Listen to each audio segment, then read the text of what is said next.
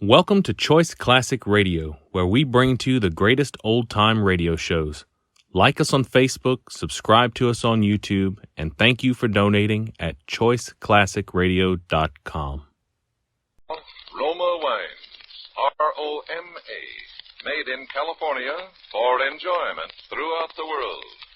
Roma Wines present Suspense.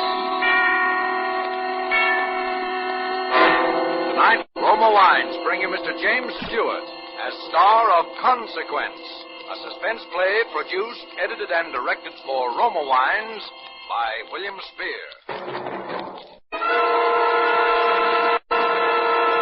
Suspense, radio's outstanding theater of thrills, is presented for your enjoyment by Roma Wines. That's R-O-M-A, Roma Wines. Those excellent California wines that can add so much pleasantness to the way you live, to your happiness in entertaining guests, to your enjoyment of everyday meals. Yes, right now a glassful would be very pleasant, as Roma Wines bring you James Stewart in a remarkable tale of Suspense. Maybe the costume was the decisive factor, or maybe it would have happened anyway. In any event, the occasion was the 10th reunion, and the class of 29, as such occasions demand, were all dressed identically in cowboy suits. And there was Ted Wolfe, whom I hadn't seen in 10 years, although in college he'd been by far my closest friend. And so, of course, I brought him home to dinner. And Gwen managed to be quite charming, even though it was the maid's night out. She didn't even kick about the oven. And that's how it started out, just like that. Just like any pleasant, casual little evening. Oh, Gwen, that was a wonderful meal. Last one I'll get like that for a while. Thank you, sir. Why, have you really got to go tonight, Ted? Can't you take another day or so? Oh, not very well. Got my plane reservations and everything. Anyway, I told him I'd be back this week, and tonight's just about the deadline if I'm going to make it. Well, what time's your plane? 3 a.m. Oh, say, that reminds me. I can't go aboard in this thing. Well, you probably will. I think you're both kind of stuck on yourselves in those cowboy outfits. Worse than a couple of kids. Sure, I'm going to wear them up to the hospital tomorrow. No kidding, old people will think I'm nuts. All right, spoil sport. I'll call the hotel later. They'll bring your bags over here. You can change here. Although I should think a cowboy suit would be a sensation in Ecuador. Are you really going to Ecuador, Ted? At first I thought it must be a joke. No, well, you heard me talk about the work Ted's doing down there. I know, but Ecuador? Well, they got to have medical care out on those plantations some way. And I like it. I don't see how you stand it. Living like a hermit, cut off from civilization, and not making... Well, I mean, they can't possibly pay you. No, Gwen. Oh, what time is it? Oh, goodness, I've got to run. Oh, are you leaving us, Gwen? Yes, I promised Mother I'd come out to the country tonight. Anyway, I know you two would much rather talk over old times by yourselves. I'm sorry. Well, in case I don't see you again, thanks for everything. It's been swell. Well, you're coming back sometime, aren't you? Maybe 5 years, maybe 10, maybe never. Oh, silly. You come back next year and kind of stay for a while. I am sorry I have to go, but you two have a nice evening. Oh, there are eggs in the icebox, Phil. Did he always have to have fried eggs at night when he was in college, Ted? That's Phil, all right. Well, goodbye, darling. No, don't even get up to come to the door. Now, I'll phone you tomorrow night. Bye, Gwen. Have a good trip, Ted. Bye. Bye. You're a lucky man, Phil. Am I? I suppose you know that the main reason I came to this shindig at all was to see you. Well, why me? It's been a long time since you and I had the same dreams, Ted. You haven't lost them, though. You're still in there pitching. Oh, yes. Private practice. 2 cars in the garage, 2 chickens in the pot. That's the kind of ball I've been pitching the past 10 years, and it's the kind I'll keep on pitching until some other doc says coronary thrombosis and they carry me out. Can't kid me, Phil. You're happy. And I'd just about given up the idea that there was such a thing as a happy man. And now you think you've found one. I know I have. I knew it the minute I came into this room. I knew it the minute I saw her. Gwen? Yes, Gwen. I hate Gwen. You what? And what's more, she hates me. Oh, it's nothing that shows on the surface. We get along because we have to, because my reputation would suffer if we didn't. Phil, you can't be serious. No? Why do you think I've given up every dream I've ever had? Why do you think I spend my life treating the imaginary ills of a lot of wealthy hypochondriacs? So Gwen can have this and Gwen can do that. So Gwen can satisfy every greedy instinct and every petty, rotten ambition any woman ever had. Good Lord. I never realized. Well, you've got to do something about it, Phil. You got to get out. Go to another city. Go to another country. Yeah, she'd be after me like a hawk. She'd have me up before the medical association. Oh, there are 1,001 things she'd do and would do. I've thought every way there is. There's no use. Well, now I've got that off my chest. Now you know. I'm sorry I disapproved. Dr. Martin. Oh? Yes, well, now? Oh, right. I'll be right down. Hey, you're not going out now. I want to talk to you. No, I'm still a doctor. Even Gwen can't stop that. I'll be back before you leave, though. If you want to stick around, I'd sort of like to ride out the airport with you. Is it really important, Phil? Yeah. Now, just make yourself at home. You can fix anything you want out in the kitchen, but look out for that oven, though. It leaks when you turn it off wrong. I won't be long. Okay. I'll wait, Doctor. Thanks, Doctor. Kind of hoped you would, Ted.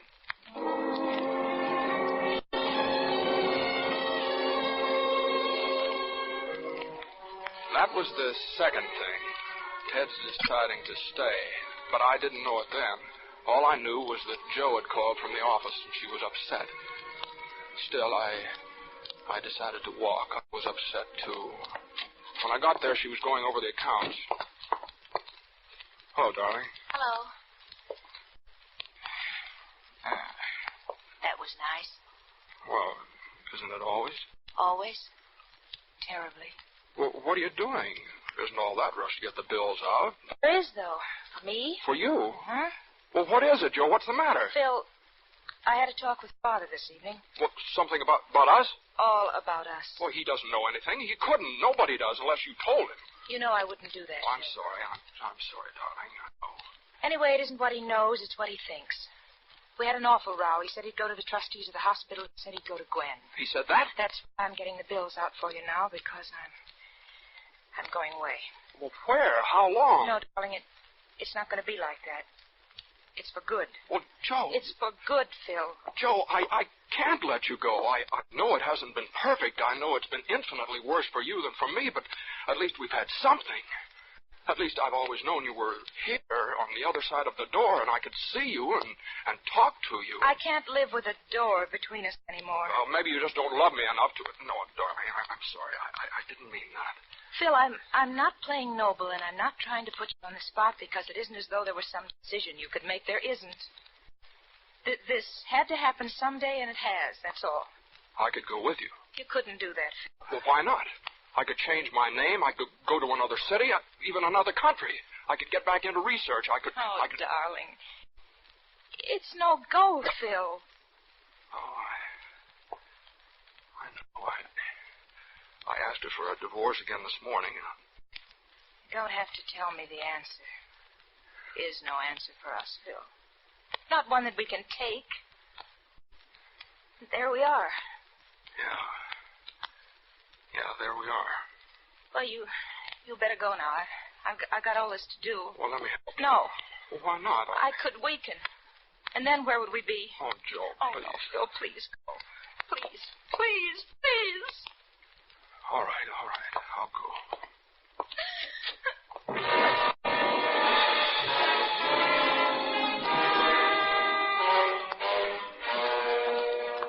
I don't know how long I walked that night or where.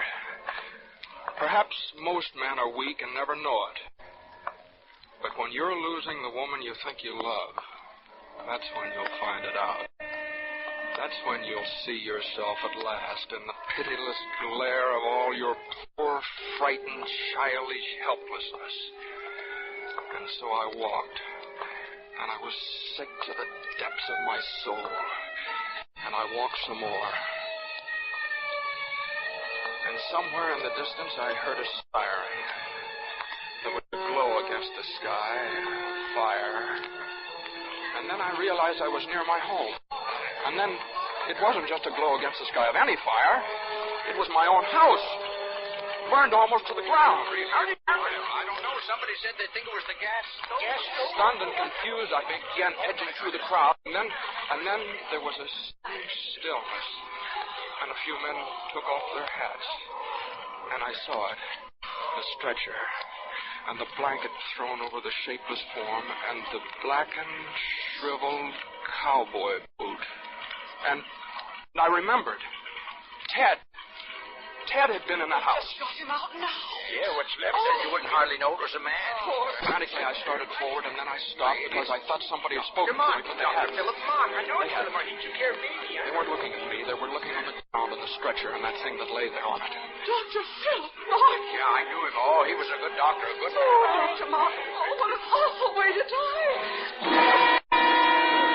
Suddenly, I was shaking with excitement. I pulled my hat over my eyes. I turned up my collar.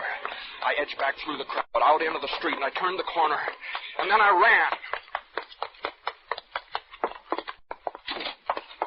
Joe, I'm going with you. Phil, what did you do? You haven't... No, Joe, it's all right. I'll tell you about it later. We're free. Joe, we're free. I'm dead. I mean, Dr. Philip Martin is dead. For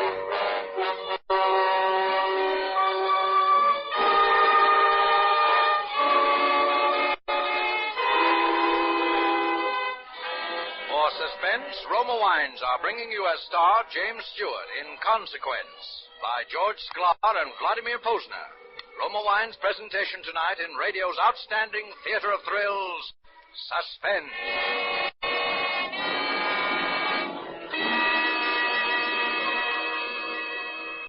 Between the acts of Suspense, this is Truman Bradley for Roma Wines. Nowadays, weekends again call for entertaining, for friends and families enjoying themselves together. To the millions who regularly entertain with wine, and to those who haven't yet discovered this simple secret of inexpensive hospitality, here's a tip from famed hostess Elsa Maxwell. Successful parties can be inexpensive with Roma California wines. Yes, for just pennies a glass, about the cost of a soft drink, you can delight your guests with a taste-tempting selection of America's finest wines. Ruby red Roma port, nut-like Roma sherry, golden Roma muscatel, flame-bright Roma tokay. These superb Roma wines are a perfect party treat with cake, fruit, nuts, or other tasty snacks. They're delightful anytime. Cut your entertaining costs. Start serving Roma wines tomorrow. Discover for yourself why Roma is America's first choice. Why only Roma wines, crushed from tender grapes grown in California's finest vineyards, bring you true wine luxury at such low price. You're right with Roma, bottled at the winery in California to bring you unvarying goodness always. That's R-O-M-A, Roma Wines. Remember, more Americans enjoy Roma than any other wine.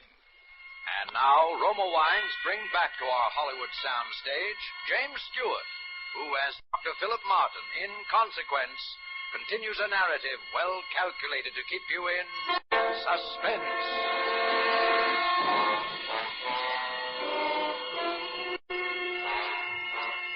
There must be something of the criminal in every man, because it seemed that I knew automatically everything I would have to do and how I was going to do it.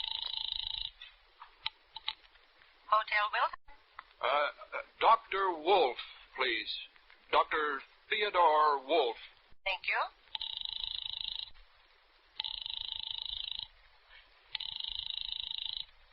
I'm sorry, sir. Dr. Wolf doesn't answer. Oh, say, what's the number of his room again? I'd like to drop him a note.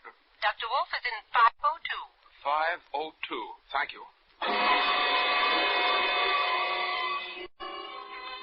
I knew in a big hotel like that, the chances of anyone remembering exactly what Ted looked like were pretty slim, and I figured that they'd give me the key all right as long as I didn't stumble around asking for the number. I let myself in at 502, and I snapped on the light. I found the plane ticket on the bureau, and then I pried open his luggage and changed into one of his suits. I put on his hat and his overcoat, just in case. I packed my own things away. There were a pair of dark glasses on the bureau, too, and I put them on. Then I went down and checked out. I paid cash. I knew he'd bought the plane ticket to the airport, so the travel clerk at the hotel, why, he wouldn't know Ted Wolf from Adam. Yes, sir? I'm Dr. Wolf. I've been staying here at the hotel. Oh, yes, Doctor. I have a through plane ticket here to Ecuador, Pan American, for tonight. I'd like to turn it in. One moment. Oh, that's Dr. Dr. Theodore Wolf. Thank you. Hello, Pan American, Wilton Hotel.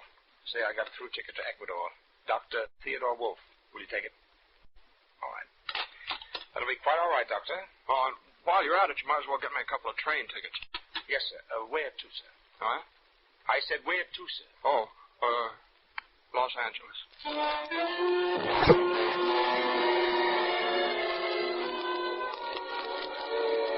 We'd taken care of everything. A note to my bank, supposedly from Ted, enclosing Philip Martin's check for $5,000, and a letter in my own handwriting explaining that I'd agreed to lend him that amount, and asking the bank to forward the money to my account in Los Angeles. My account is Ted Wolf. And we drafted a letter to the people in Ecuador, and in Los Angeles, Jo became Mrs. Ted Wolf. First, everything clicked. I got the kind of a job a doctor would dream about, where I could write my own ticket and spend at least half my time entirely on research. And Jo started taking courses in a medical degree. Well, after all, she was only 24. And then, right here in broad daylight, in the hospital, it happened. Hello. Jo, pack the bag as quick as you can. Just enough for 2 or 3 days in the mountains. As fast as you can. Bill. It's Gwen. I saw her just now upstairs in the reception room. Gwen, are you sure? Absolutely sure. Oh, no. Couldn't it be a coincidence, Phil? I mean, couldn't Gwen maybe just have happened to be... Maybe. Now, listen, Jo. I've been thinking. She mustn't know where we go. That's just what I was thinking. Maybe it would be better if she did know where we were going. If she did? I don't know. Maybe just a coincidence. But if it is a showdown, the mountains would be a better place than here. All right. I'll phone the landlady. Oh, Phil, is that safe? Gwen won't talk, not until she's sure. Carlton Apartments, Mrs. Burton. Hello, Mrs. Burton. This is Dr. Wolf. I wonder if you'd do me a favor. Oh, I'd be glad to, Dr. Wolf. We're going out of town for a couple of days, and I just remembered that some friends said they might stop by. We thought they might like to join us, so I wanted them to know where we were. All right. Maybe you could just stick a note on our door where they could see it. We're going to Caribou Lake, and we'll be in the cottage at the very top of the mountain. It's straight up a dirt road from the lake. They can't miss it. Caribou Lake, the cottage at the top of the mountain, up the dirt road from the lake. Is that all? Yes, thank you, Miss Burton. That's all.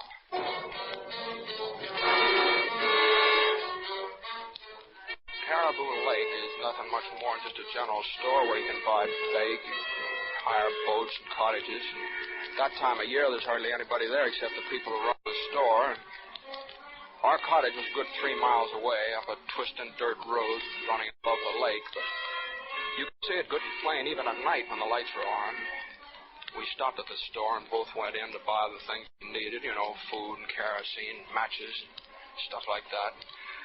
Then we went on up the mountain. By that time, it was almost dark, and Jo fixed something for us to eat. Neither one of us could touch it. We were watching the road for lights of a car. It was about 8:30 when we saw them. They went right past the store without stopping, and they came on up the mountain. It couldn't have been anyone else but Gwen. Well, She didn't waste any time. Phil, what if the car is rented? No, she'd bring her own. She loves to drive. Phil, you're not afraid, are you? No, not anymore. I'll go.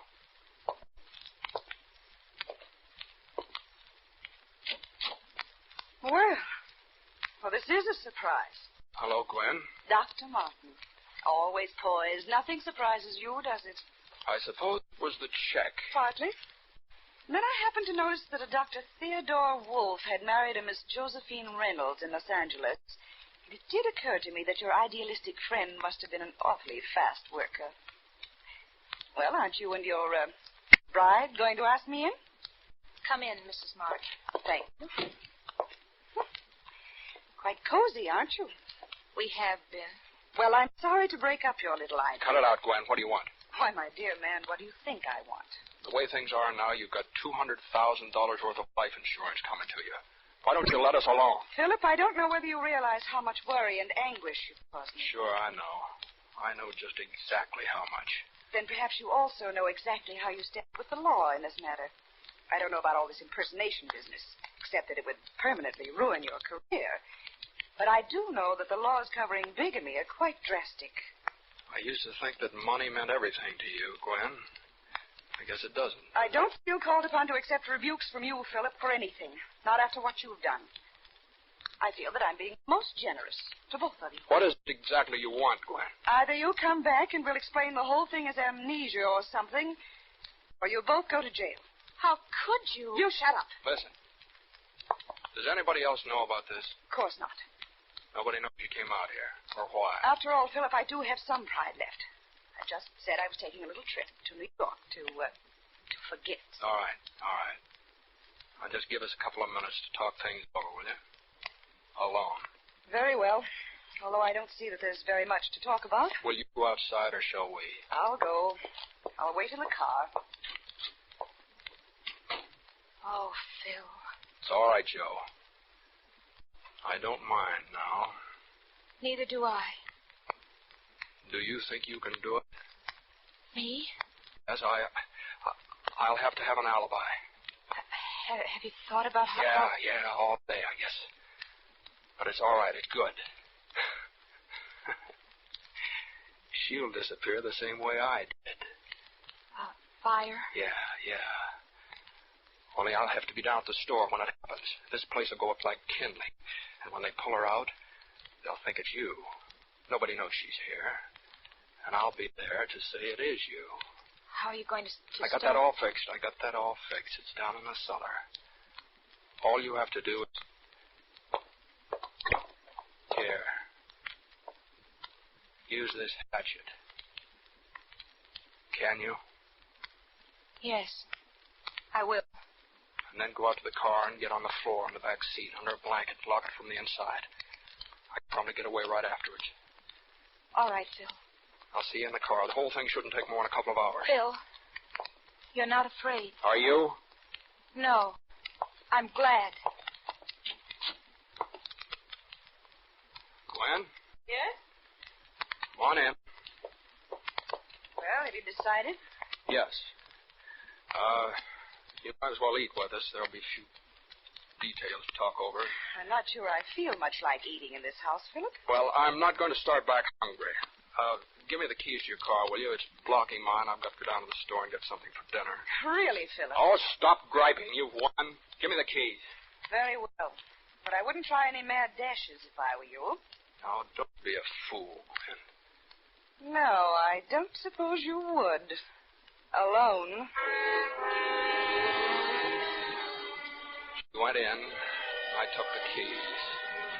First, I went around back and down cellar.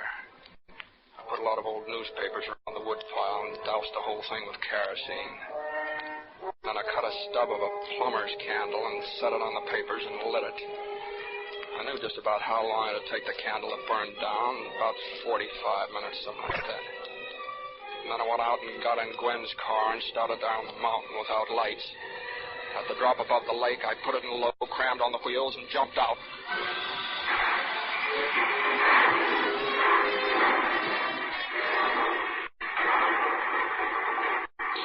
It bounced once and then went over where there's about 40 feet of water. Unless somebody told them where to look, they'd never find it. All that had taken about 15 minutes. The walk down to the store took about 20 more. Forget something, Dr. Wolf? Yep. Like a fool tobacco. I can't get through the night without a pipe. Know just how it is. You walk now? Yep. Yeah, working up an appetite. Here you are. You folks have callers tonight? No. Oh, why? Oh. Why? Thought I saw a car go up your way a while back. Oh, I saw the lights. They didn't come up. Somebody must have made the wrong turn. Didn't they come back? I don't know. I was out back for a spell. Do you see that car come back by, Daisy? You must have seen it all right about an hour ago. Seems like I did hear a car about there. Sure, that was it. Yep, pretty sure I did. Mrs. Dooley don't always see so good, but she hears plenty. Huh, Ma? Look at here, Ed. Look at up there. Huh? Looks like a fire. Hey. Why, it is a fire. Why, golly, Doc, that looks like your place. Oh, it couldn't be. But it must be. Big, too. Well, we better get up there, Doc. Well, do you have your car? We'll go in the truck. It's right outside. The boys can bring Ma along in the car. See that, Ma? Yep. Lenny, Johnny, get out the All car. right, come on, Doc. Oh, I'm sure hope everything's all right. Yeah, so do I.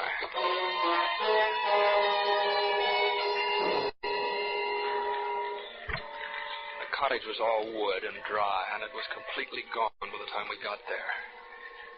It was the boys who dragged her out of the embers. I wouldn't look if I was you, Doctor. Oh, Joe. Must have been quick anyway. She's burnt almost to nothing. Hey, Ma, you better go on, Doc. We'll take care of everything. All right. Want one of the boys to go with you? No, I'll get in touch with you from town. I'll make the arrangements down there and send down for the... Yes, well, you just go on. We'll see to everything. All right. I'm awfully sorry, Dr. Wolf.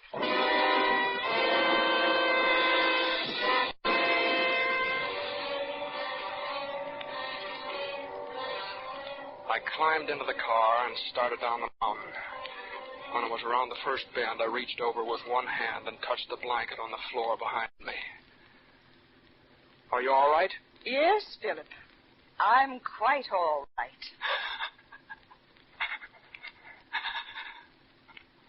Gwen.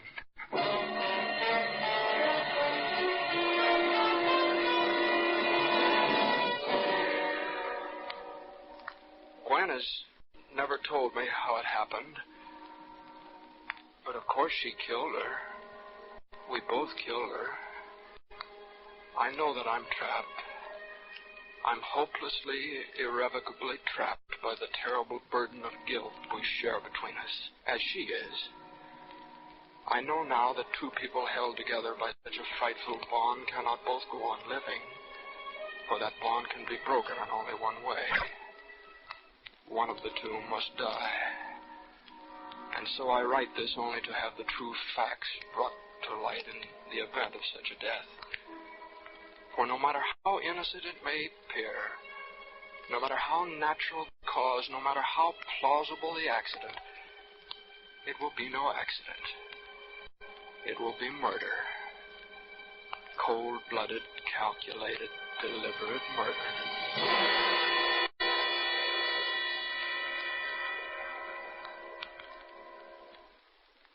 And now the local news. Dr. Philip Martin, who has been in ill health the past 3 months while recovering from an attack of amnesia, died today in his home from an overdose of sleeping sedative. He is survived by his widow, Mrs. Gwendolyn Martin.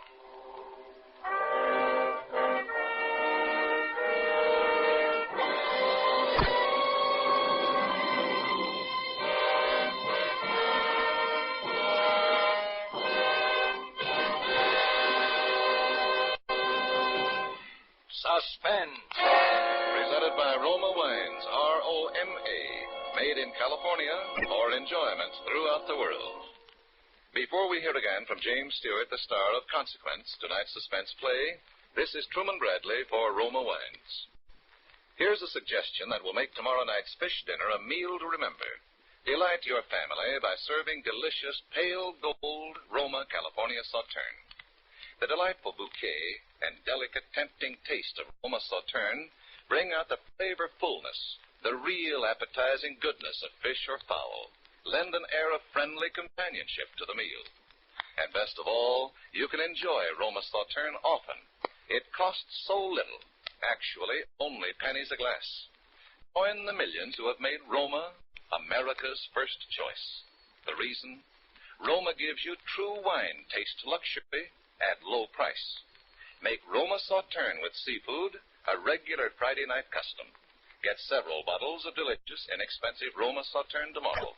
Insist on Roma, R-O-M-A, Roma wines, made in California for enjoyment throughout the world.